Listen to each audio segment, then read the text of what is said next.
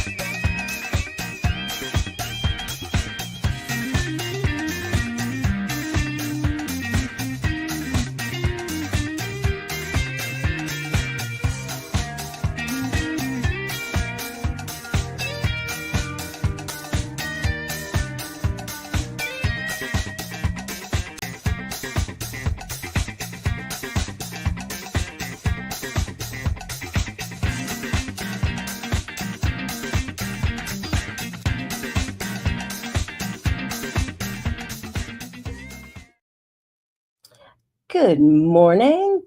Here it is, Saturday morning on the New Thought Media Network. Welcome to the Science of Mind and Spirit Conversation Series. I'm Barbara Jean Schreiner-Trudell, founder and spiritual director of the Universal Joy Center in Toronto, Canada, and my pronouns are she, they. Well, there's a team of us, as you saw in the opening graphic, and every Saturday morning we join you here on the New Thought Media Network to share the science of mind, the principles, the practice, and more than anything else, how to apply those principles in your life today. That's the good part. So if you're watching live, let me know. I would love to chat. You can put a greeting in the chat, and it would be wonderful for you to throw in a question or a comment, and if I can, I'll weave it right in. Throughout today's show, write questions. I'm happy to answer them and use them through the process. Now, how does this Saturday morning thing work? Well, from January to July, we go through the Science of Mind textbook, chapter by chapter.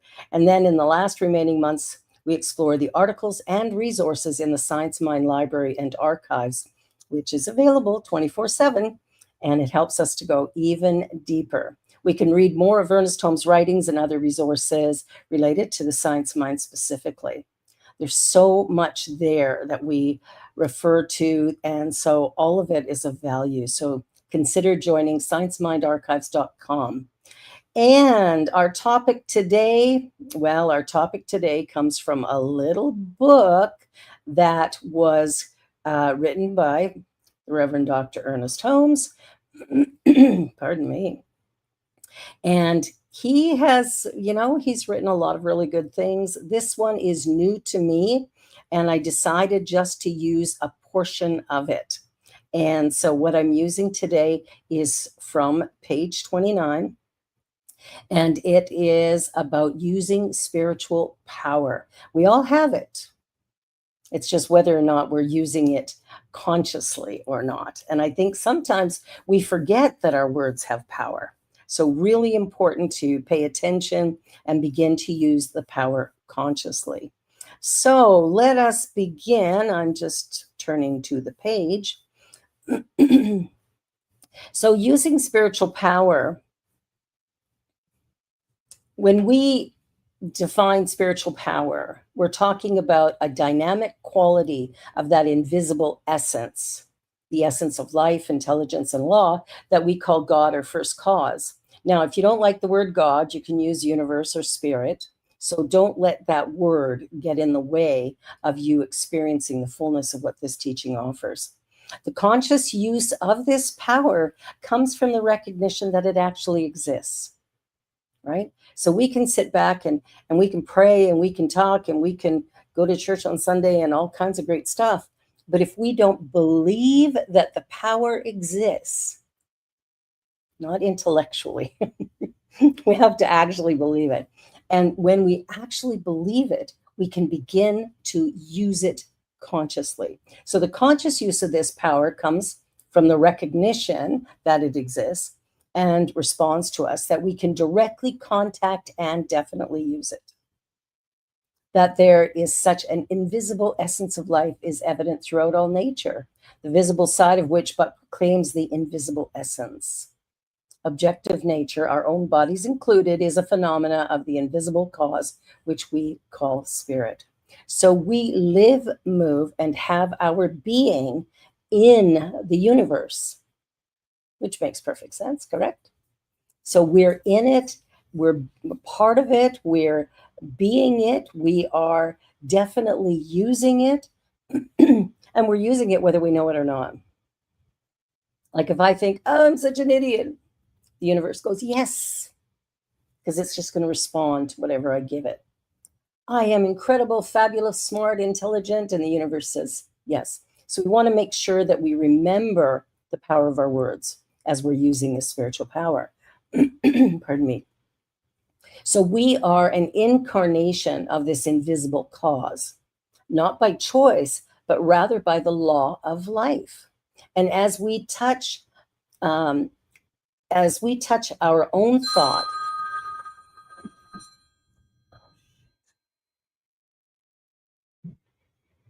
I'm sorry about that.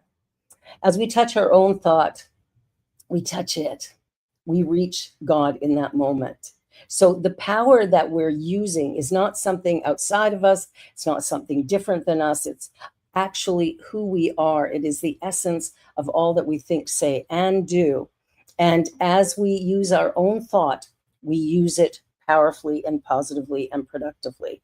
So the power that we use is available everywhere. It's the nature of the universe. So as Hegel said, so sorry, that's my brother's phone and I can't shut it off. The universe consists of will and representation. This will is intelligent knowingness. Its representation is creation. The will of spirit, or the universal will, must be goodness, truth, and beauty. So when we look at what we're doing in the world, are we angry, frustrated, upset? Are we playing games of, what to do, where to go? Oh, life is hard, it's difficult. Life is what we think it is. So we want to make sure that we are living in a space of openness, of receptivity to allowing ourselves to show up in the world in a way that is powerful and positive and productive. Okay? And it's all up to us. So the will of spirit, or the universal will, must be goodness, truth, and beauty. So if we're going through life and we're having a miserable time, then we need to check in with our thinking, because our thinking will change it.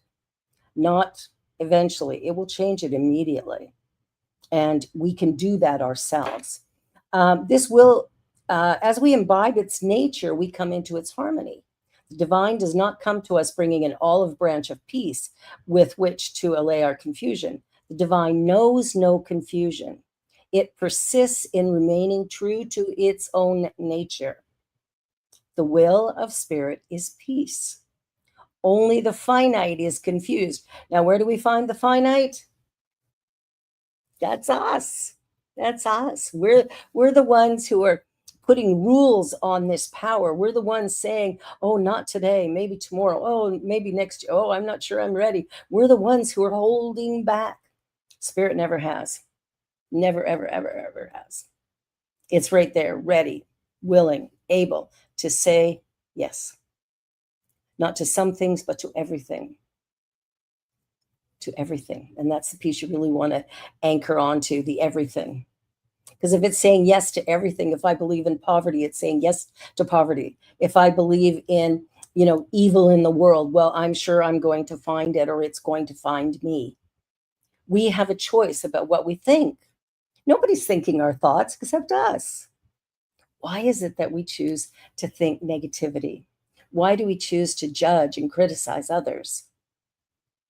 Why not recognize that we're all one, and that we come together as one to the degree that we are willing to open our minds and hearts and celebrate the day that we're in, celebrate the now moment, because this now moment has power. It's the only time there's power.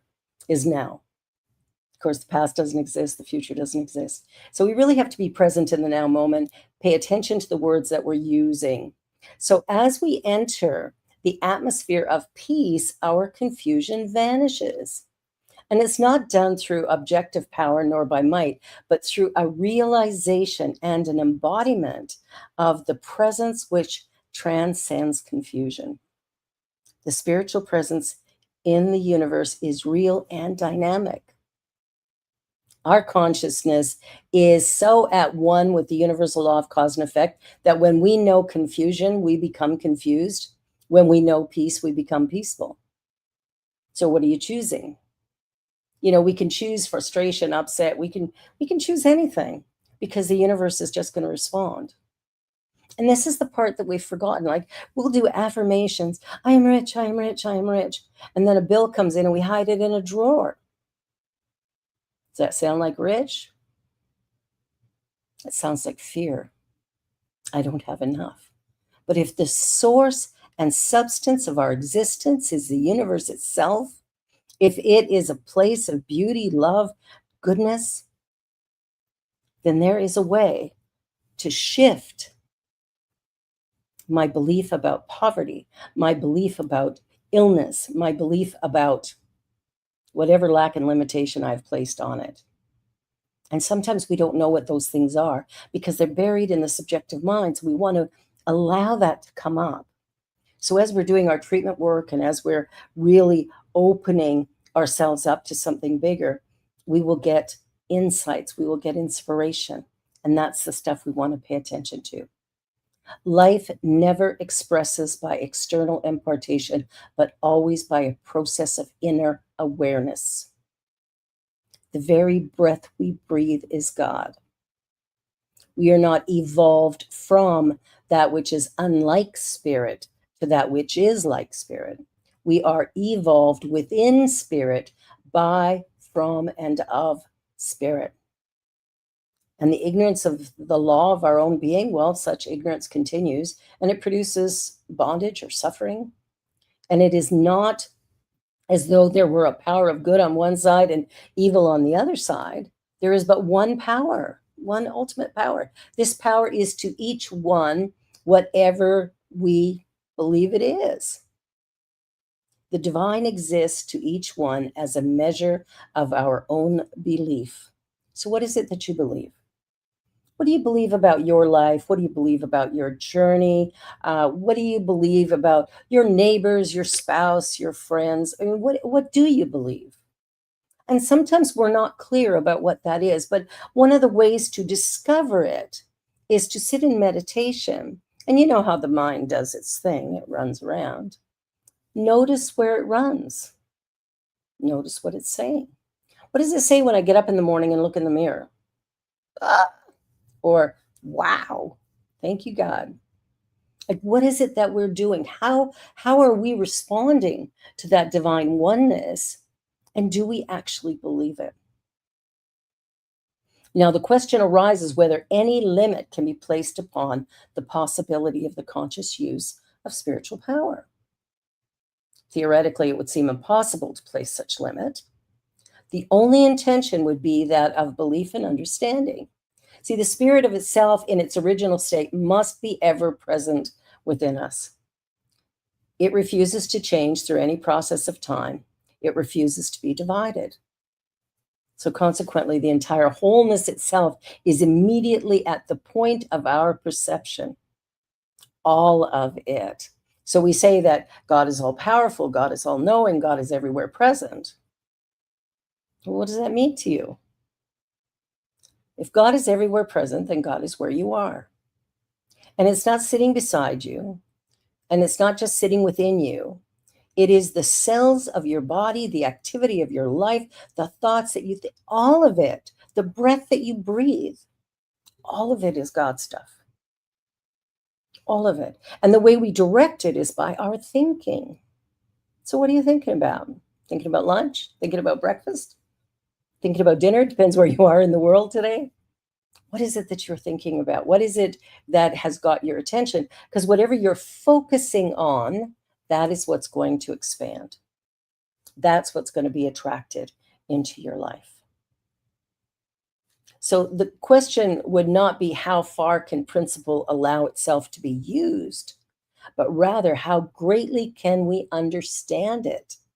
Since its whole purpose must be that of self-expression, it must be its nature to represent itself spontaneously through our will, through our imagination, fulfilling our intentions, desires, or plans, and in so doing, it finds self-expression.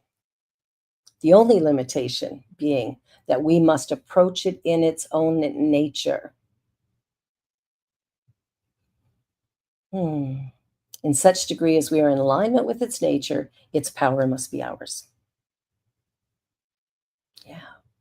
And if we could strip our minds of fear and superstition and all sense of separation from this divine presence, approaching it quite simply and directly, we probably would be surprised at the results which would follow.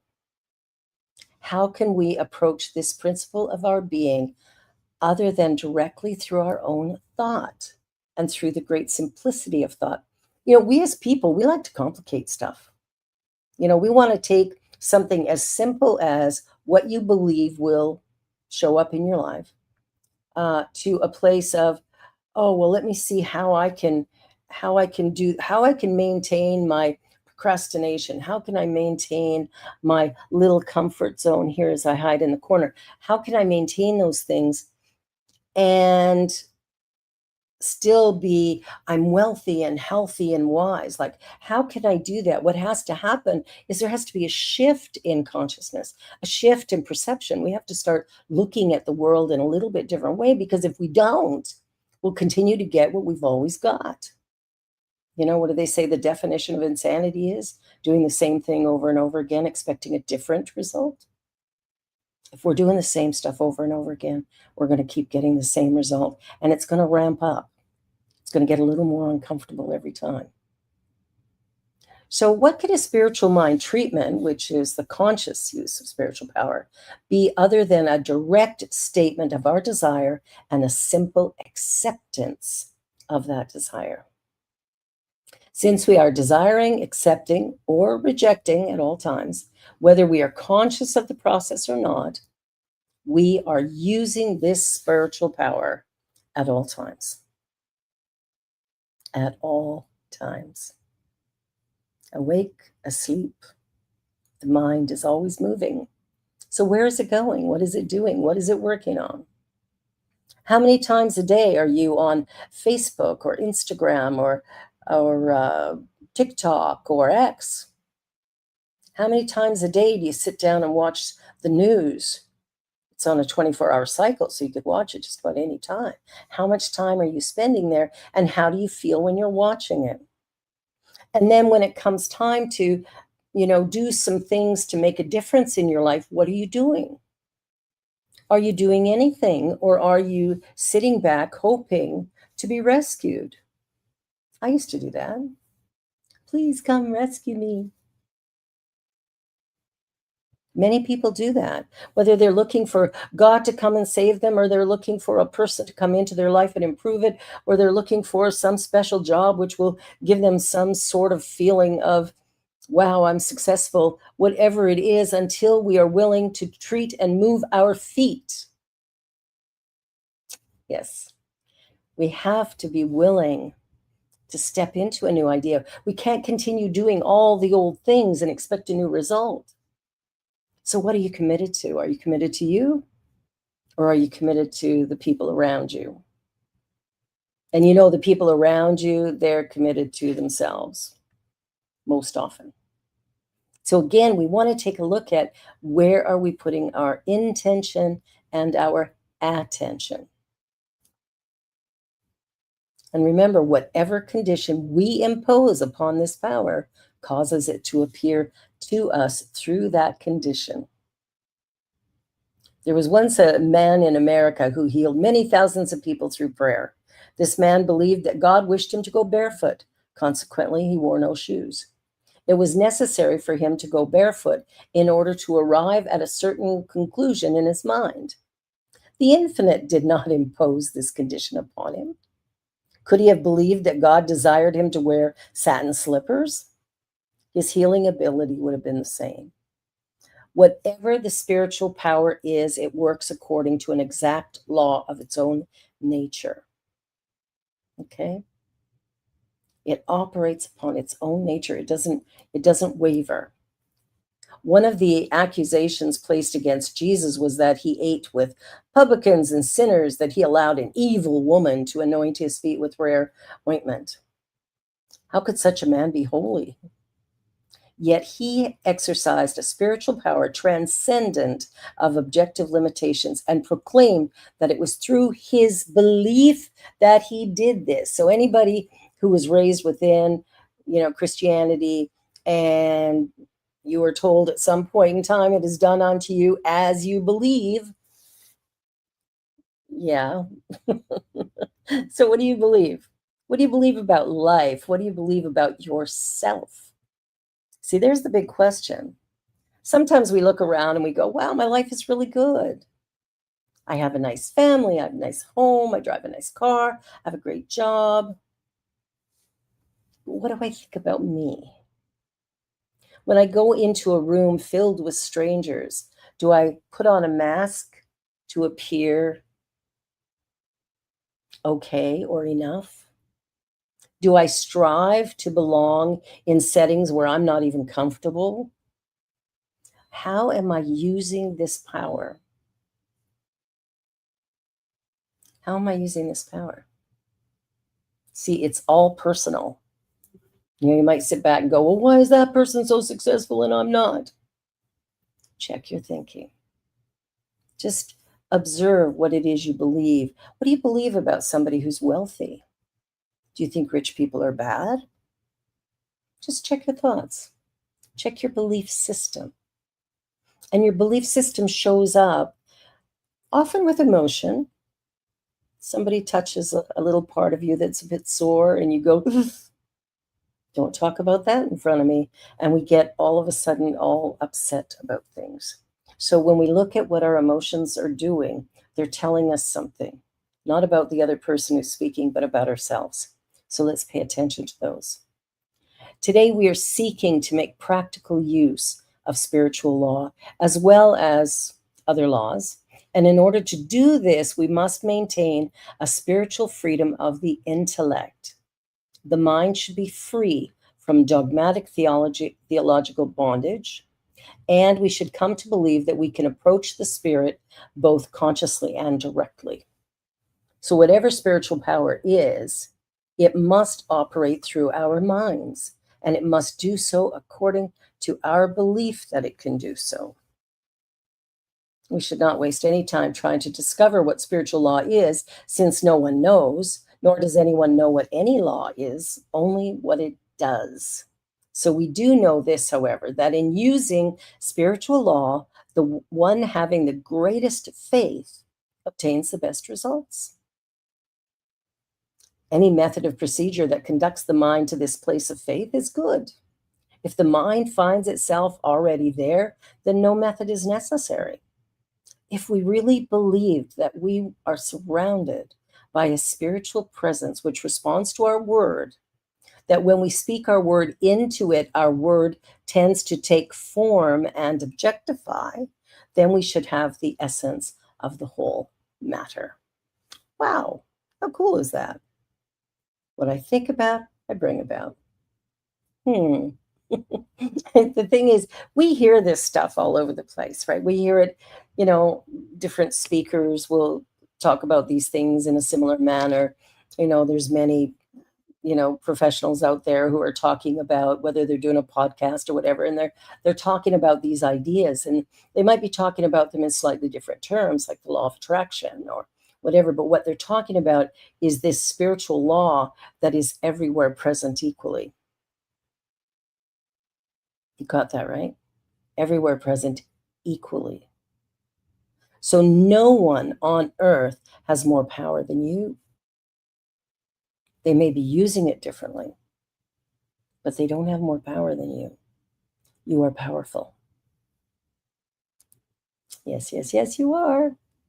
The universe is so organized.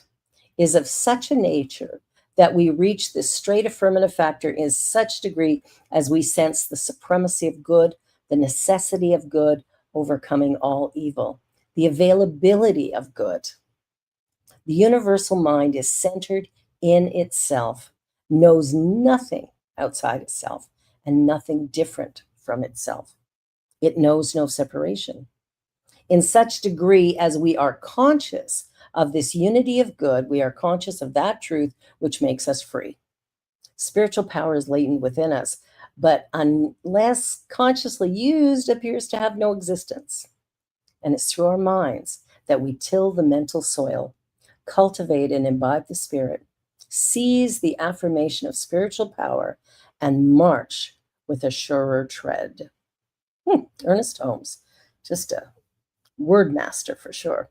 So this idea that the way I move, the things I do, what I think, every thought I have is going into that mental soil. You know, you've heard the idea of the, you know, when we talk about this creative power, we'll talk about, you know, planting in the spring. You know, in the spring, we will put a seed in the soil. We will have prepared the soil, you know, removed all the weeds, aerated it, and we plant this plant in there, put the seed in. Well, within the seed is everything that's needed for it to become whatever it is. Now, if I plant a seed and it's a seed for zucchini, I plant that, I water it, I make sure it's in a sunny location, and I prepare everything for it to flourish. And I do that by removing weeds, watering, giving it some good food, maybe fertilizing a little bit, and ta-da, come September, I have zucchini. But if I planted that seed thinking it was carrots, when fall comes and I go to pick that zucchini, I'm going to quickly find there's no zucchini there. Why? Because what I planted is what grew. What am I planting in my mind that is going to grow out of that seed? Our seed thought is what's going to create. Our seed thought is moving us forward. Whatever that seed is, if it's a seed of doubt and fear and upset and life isn't fair and, you know, all of this anger and frustration, then that seed is planted. What must come is something that matches it exactly. More fear, more confusion, more upset. You see, the universe is exact. It is a law, the law of cause and effect. What I put out comes back to me, multiplied and overflowing. Ever hear somebody say, oh yeah, Murphy's Law, you know, all bad things. It's like we talk about things like it's normal for everything to be bad and wrong. What if we turned that around and said, no, no, no, it's normal for things to be good and brilliant and beautiful, warm and inviting, peaceful and joyous. That's what should be the norm. But many of us are not experiencing that. So what is it that we are cultivating? What is it that we're planting in the mental soil? What is it that we truly want to experience or receive? Where are we at really? Be honest with yourself. Not to judge, not to blame, but to go, whoa, I got a belief running that I don't like. I'm experiencing, you know, some health issues. And wait a minute, I'd prefer to be healthy and strong and vital and vibrant. I don't want to be limited. What is it that we're planting? Oh no, I can't pay my bills. Oh, I can't do this. I can't do that. What is it that we're doing that allows us then to feel smaller than, broken, flawed, whatever the case may be? What is it that we're doing? So like other laws, spiritual law should be really used. And as we come to see that spiritual power is the use of the natural law, the whole thing will become more simple. We shall no longer separate matter from spirit. Ah, there we go. Separating matter from spirit. We do that, don't we? Have you ever thought about that? You know, you can get this book, Think Your Troubles Away by Ernest Holmes, on the Science of Mind Library and Archives. Be worth getting. It's a great little book. So here's the thing. God is love, reason, beauty, truth, and wisdom, the essence of all salutary attributes and qualities. But if we are looking upon life with sadness, doubt, and fear, then to us God becomes these things. For if spirit should proclaim itself, it would be compelled to say, I look at you as you look at me. This is why the enlightened have said that God's only language is yea and amen. This yea is incarnated in us, and our own amen decides the form it is to take. Yes, we decide the form. Now, that's not to say that we're to blame for what's going on in our lives. We're not to blame. However, we are responsible, able. We can respond to whatever's going on, and we can respond to it in a positive and productive way, or we can respond to it in an angry, frustrated, negative way. It's just up to us. Or we can look at it as a neutral event and go, oh, all right, that's what it is, and move on. It is up to us how we're approaching this. So the transcendent powers of the human mind proclaim the divinity of us. The more completely one penetrates the mystery of their own mind, the more they must come to realize that this is a study of the human mind. This is not a study of the human mind at all, but that through the avenue of what we call a human mind, we are penetrating an infinite sea of intelligence. An infinite sea of intelligence. Yeah, infinite. Do you know what infinite is? I don't. It's too big. It's too much, right? It is not our external personality, but this inner principle operating through us, which gives us the power to stand, to walk, to think, and to be. We must realize that there is no matter opposed to spirit. No material universe separated from the spiritual universe. You see, it's all one. There is only one. We are not turning then from the human to the divine. The divine is but turning to itself, giving expression to itself. The self comes bearing its own gifts. So spirit is showing up as me. And the way I think, the way I believe, where I go with that is up to me. I can be miserable and unhappy and frustrated with the world, and the whole thing's gone to hell in a handbasket. I can think those thoughts. Absolutely, I can. And what will my life look like? The other option is I can sit back and go, wow, there's a lot of good in our world. There is a lot of good in our world. Much more good than bad. And I see it everywhere I look. Right? Our words create our experience. What is it that you're saying about you? What is it you're saying about life? What is that inner voice, that intuition suggesting to you? Go here, go there, do this, do that. Like what's coming up for you? What inspiration do you have that you've maybe not followed? I think most of us can say we've not listened to our intuition at least once, probably more often. We lack the experience of consciously using spiritual power because we've not tried definitely to demonstrate that we already have this power and can use it. Well, the fact is, we not only can use it, we are using it. 24/7, we're using this power because it is who we are and what we are. So we're using it all the time. but we're using it in a way that's creating things that we don't want to create. So why are we doing that? Because we don't know. You see, that's why we're not to blame for anything. We might be responsible for participating in negativity, but we're not to blame because we have, some situation arise that is uncomfortable for us. That's just the nature of life, right? Life has bumps in the road, and we're all going to experience those.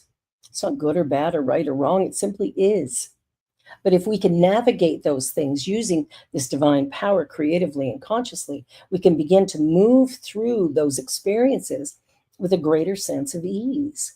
We can begin to look at life and say, yes. Yes to this, yes to that, yes. I say yes to life. I say yes to being me.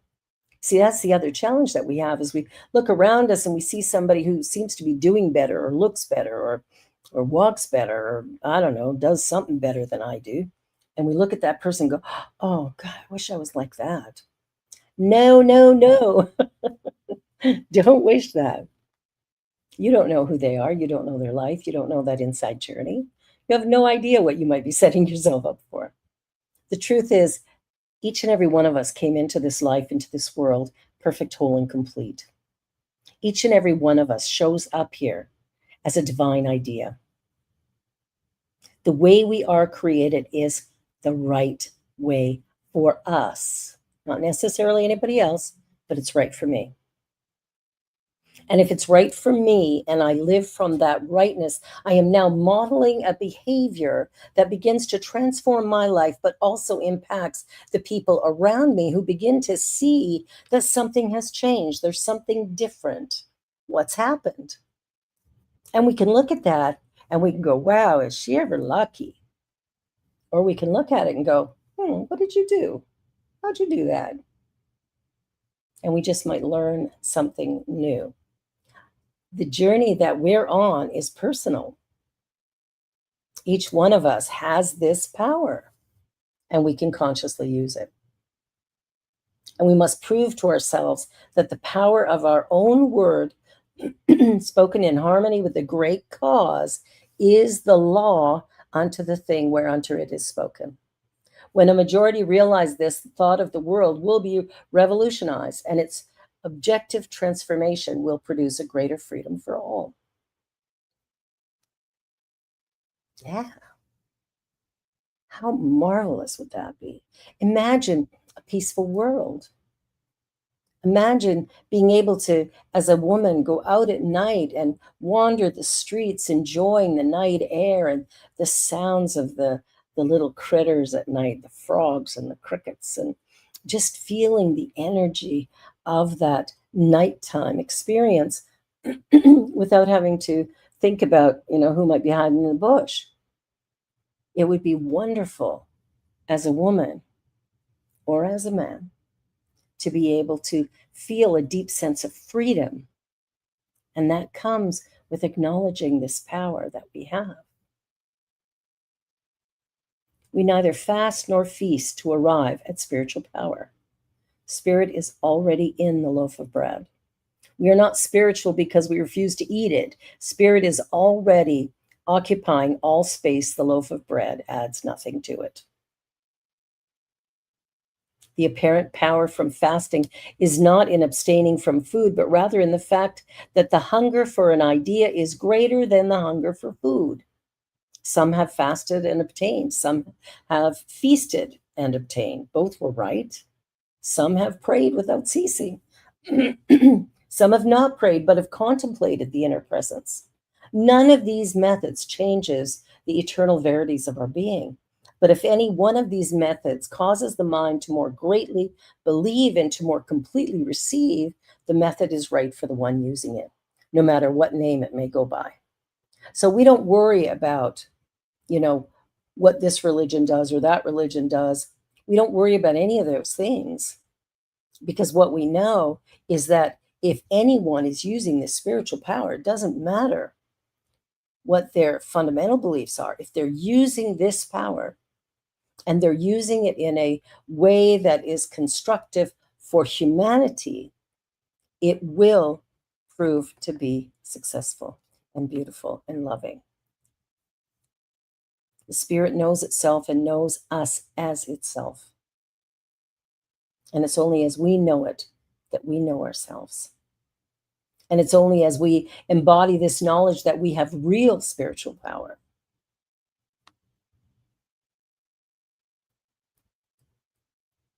What difference then whether we treat, sing, feast, fast, or dance?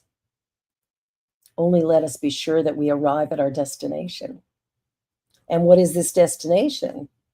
It is that place in our minds where we no longer doubt, where there is no opposition to good, where God is all, but where God is natural, spontaneous, the interior awareness of our thought. There will never be anything external to this inner knowingness. Are we there yet? Have we arrived at that place of inner knowing? And it's okay if we haven't, because I think most of us probably haven't. But we can get there. And we use spiritual mind treatment. We use meditation.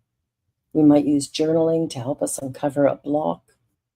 You see, we're human beings living in what appears to be a very finite experience. And we believe the finite more than the infinite. So I invite you today to really explore, what do I believe about God? And if you don't like the word God, use universe or higher power. Doesn't matter. The word can't define it anyway. Am I willing to use that power consciously to change my life? Am I willing to love myself enough to go out into the world with that enoughness and to be able to share that love, that acceptance, that appreciation with the people that I come in contact with? Questions, questions, questions, you know. Sometimes we have lots of them.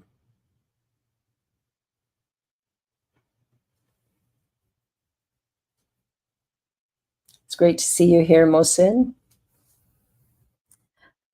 The mind must definitely see what it wishes to experience and is definitely repudiate what it does not wish to experience. So I want to touch on this because this is an important point. We have the ability to create an experience. And if we have something happening that we don't particularly like, we don't want to focus on that because that increases it, expands it, and attracts it to us even more. What we want to do instead is go, what would I like instead of this? What do I want instead of this? And think about that for a minute. And if I've been living in poverty, I might turn around and go, well, I would like wealth. I would like to have, a sustainable, positive, ever increasing flow of wealth in my life.